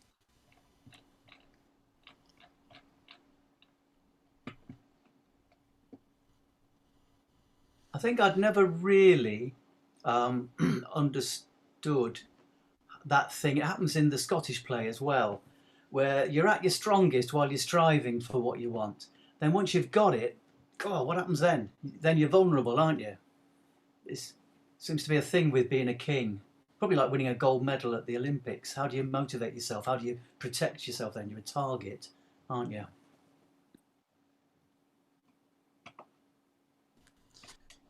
Yeah, absolutely. Anything else we learned in diving into this one together? I think how easy it is to be the manipulator behind the scenes when nobody can see you. It's kind of like, saying nasty things on Facebook where nobody can see you. But then when you're out and it's your face, how difficult that really is, where you have to face the music and you have to be the person who's setting the tempo or whatever. It really, kind of, I suppose that goes to question number 3, but I really heard that tonight. It's so easy to be the bad guy in the background, but it's really hard to be a good leader, and he's not.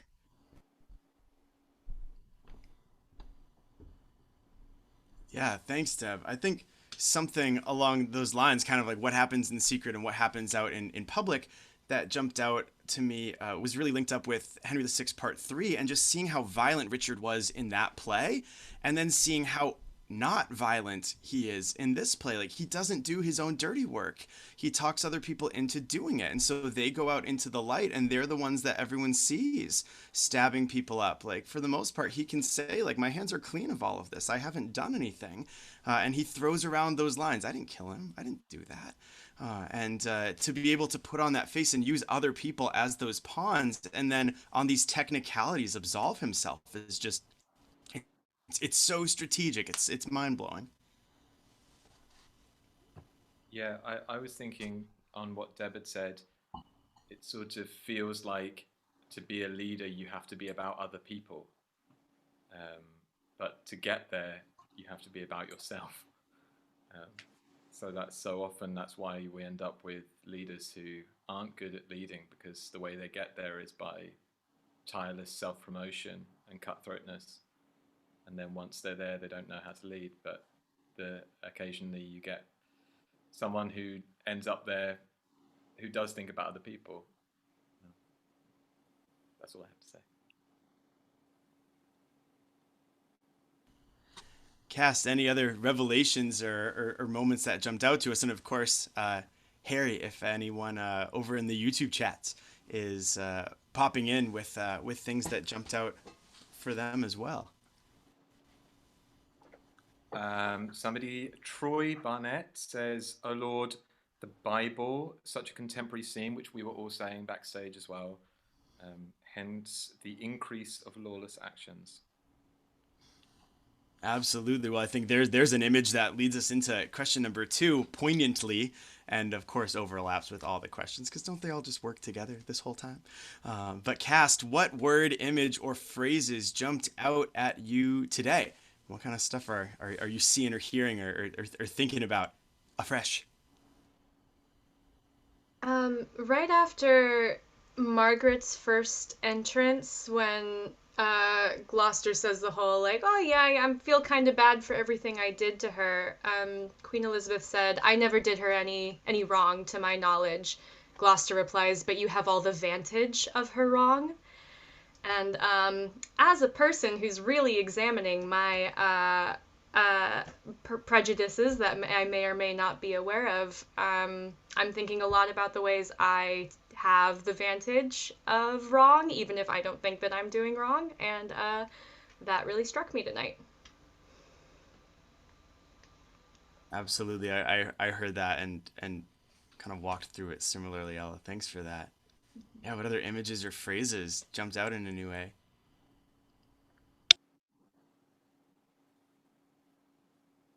Extra puppet children. So many beautiful puppet children that the most were gorgeous and full of life, and I'm probably gonna have nightmares in a great way.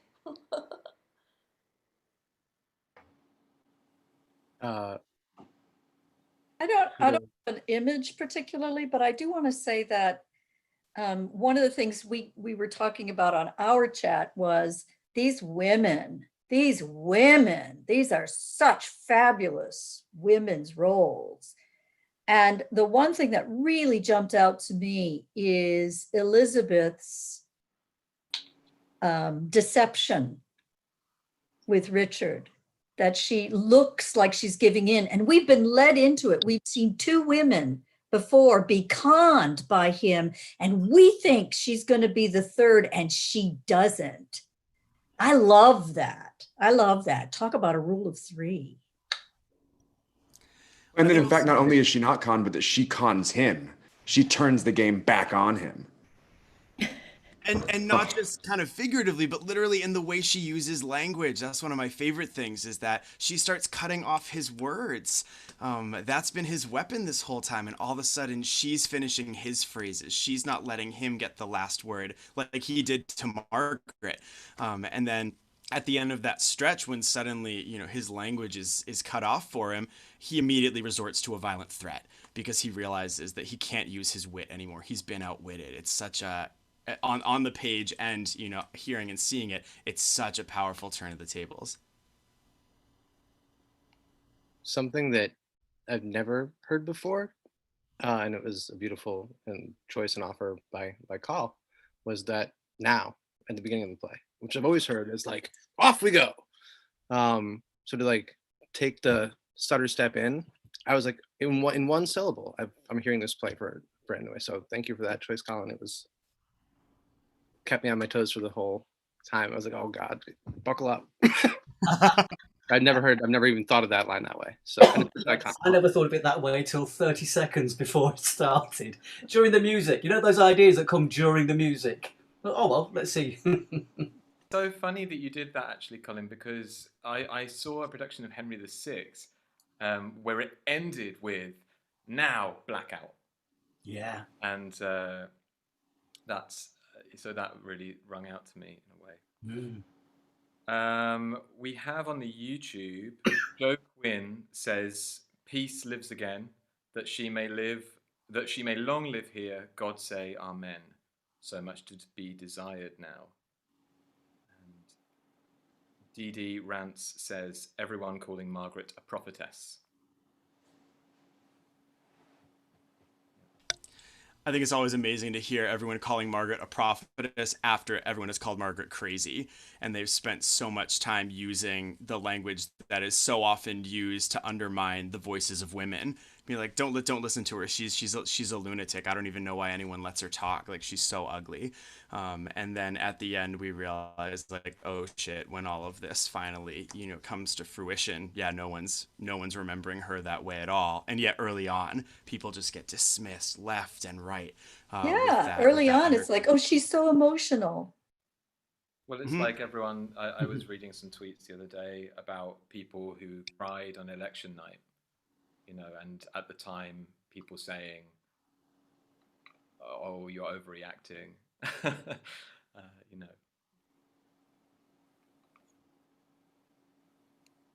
And we weren't. Well, here, I think things just got relevant. So, for the cast, for the YouTube, why does or doesn't this play matter to you right now? Yeah, I had a conversation with Monty about Richmond because I'm gonna spill what you think about this bad boy. You think he's boring. And so I was sort of looking at the text and trying to figure out what I could do with Richmond that's in the text, and everything about him resonated with my mental state right now. Every single thing. Fighting a war is exhausting. It is you're spending so many resources and you're spending so much time and you're worried about everything and every small like puzzle piece, and you're angry and you're frustrated and you want to win this so badly. And at the same time, I think he sees that there's this leader in power that isn't uniting the people. And so when he finally gets the throne back, all of that anguish and that victory and all of the blood spilled, right? The fathers killing sons, sons killing sires, all of this has culminated in this moment. And hopefully there can finally be peace. But can there? Because then he's like, that's up to God. So all of what all of what Richmond was sort of internalizing, I think, has just been a lot of my mental health for the last week. And so I think getting this role to play right now, is such a privilege that I never thought I'd get, and that I didn't think that I'd need. Thanks for sharing that, Drew.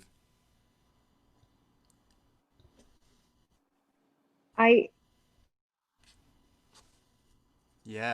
What feels okay, this is going to be a weird thing that feels relevant, but I had a really hard time in every production that I've ever seen of this with getting on board with, like, especially how Richard basically just wins everybody to his side before we're like, oh God. And I think it's both, Colin, what a amazing job you did, and Laura, but it was the first time that I saw how much we as human beings we want really badly to believe that other human beings are not that terrible. And I saw so much in outside, of course, other than the direct addresses to us as audience members, where he's like, look what I just did. I'm such a badass. But just when we see those posts, even I'm thinking about the stuff with the police right now. I can't tell you how many times I really just wanted to believe that it wasn't true. Like I did not want to believe at all that any of the things that the facts that I was seeing were true. It was painful to know that they were true.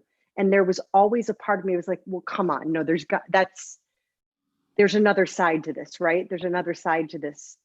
And I think that that's the part of this play that I finally, after all this is happening right now, where I went, oh, right, that is the most human thing of all, is to think that someone is penitent and is better, that they're not that terrible, because we never want to believe that people are that terrible. Even when we see it, even when we have a video evidence, there's still always people, and it's not that they're stupid, it's that it is the most human thing for us to be like, but no, that can't be. People are not that horrible. And I think that was something that I went, oh, right, that is a thing that happens, because I've caught myself doing it and then have to like check that and go, oh my God, I'm doing it again. I think as like a person, Richard really, really emulates the broken system that we find ourselves in, because he's a master manipulator and he knows who to manipulate.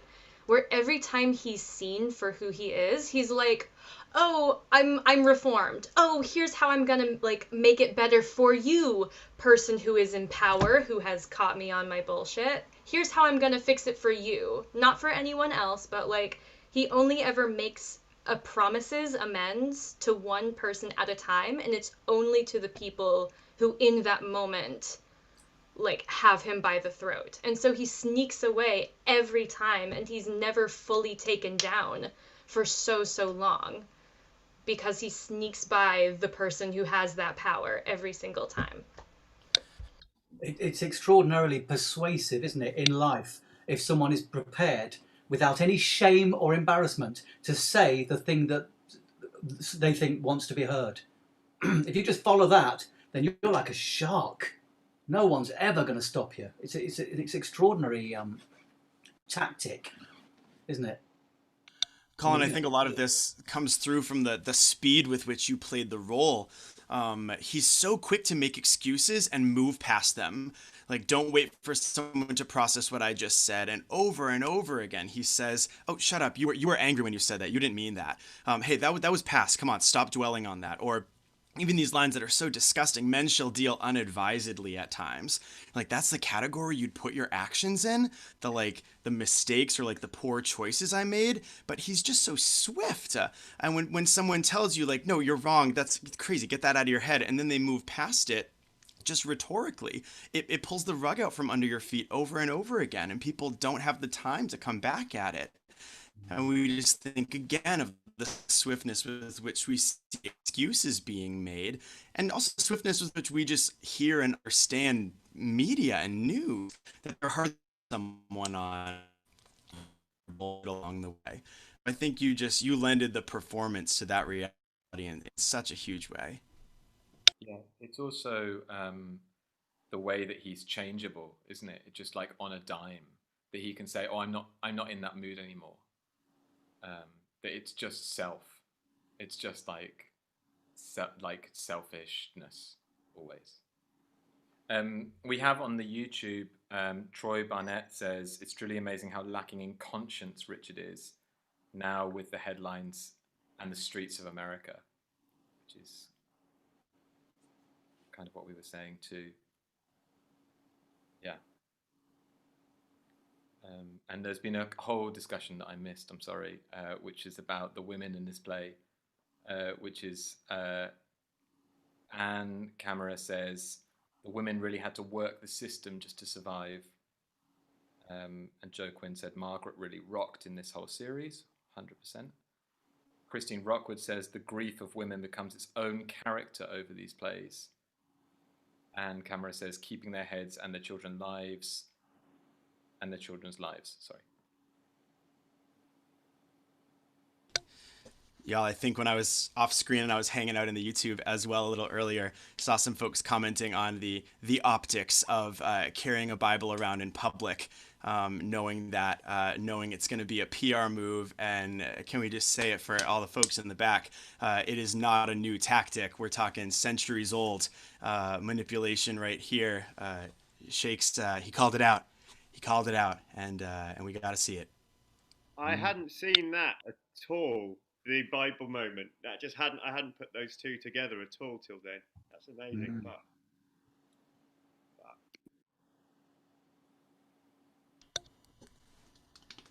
Man, well, y'all, it's been these roses. It's been a journey. So I think on behalf of everyone, we just want to say thank you. I don't know if any humans, it's probably been a while since they've sat through the histories back to back, like you and the audience have, and we up here have had the chance to as well. So a huge thanks before we honor the last part of our Q&A, which is a fave part, the cues. Did we have any questions emerge from our viewers that we want to spend a little time with before we go hit the pub? Sorry, that's my bit, isn't it? Sorry. Yes.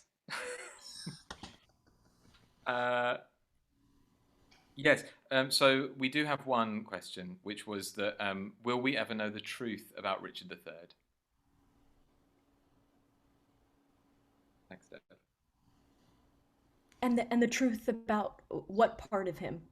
I think what Anne is saying there is she's asking, because obviously this is Shakespeare's very biased picture of Richard.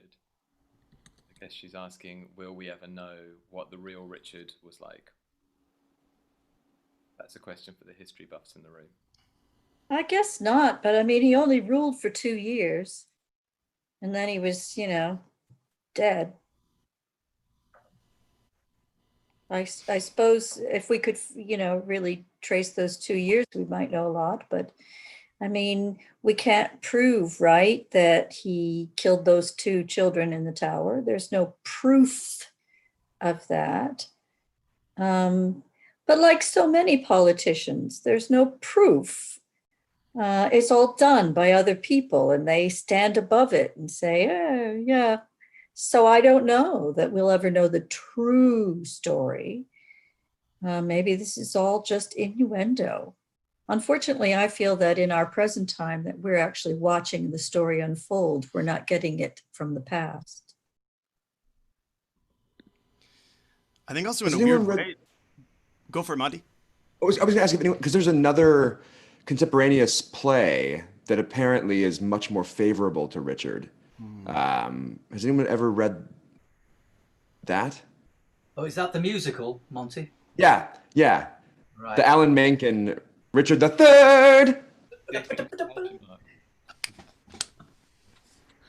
Who wrote it? Who wrote this other play? Do you know? I think it's an anonymous. Let me see if I can find it. Oh, him. Yeah, he's really prolific. Might be what Simon Bolland here is talking about, the true tragedy of Richard III. Yes. But he doesn't. It's a non, I think. Possibly. Yeah, yep. Anon. Good old Anon. Anonymous, meaning anonymous, the writer is anonymous? Mm-hmm. Well, now, why wouldn't the writer want to take credit for that? Maybe it's, yeah, that's interesting. Mm-hmm. This is a tangent, but Christine Rockwood says, and this is a question for Laura, I guess, or for anyone. Why does Anne say yes? Is it out of necessity, or is she actually moved? Something that go ahead. Yeah, no, I think it depends on the production and how Richard is played. And in this production, I could have imagined it going either way. But in some productions, when he's really sort of mustache twirling and it's very obvious that he's bad, it's hard to make the argument that she's really fallen for what he's saying, rather than having it be more of a political move and a move of self-safety. Ella, what were you going to say? I'm so sorry. And the way it's written, he's approaching her during the funeral procession. So, like, in public, there are people around. She's being watched. She's surrounded by a crowd. That's a lot of pressure. That's a lot of pressure for, like, a country that's been torn by civil war, and maybe there's that pressure to be the, like, reconciliary person, actor. Yeah, that's the thing that strikes me just looking to the text. And also her family was on the other side of the war, between Edward and Henry, so to marry Richard would sort of potentially make her safer, although that's not how it turns out in the end. Laura, you brought up a point that it kind of depends on the production, and I think it's so weird that these productions become conduits of history, which we know have been written for drama, and yet feels like, oh, I know all about the history of Richard III. How? By watching plays.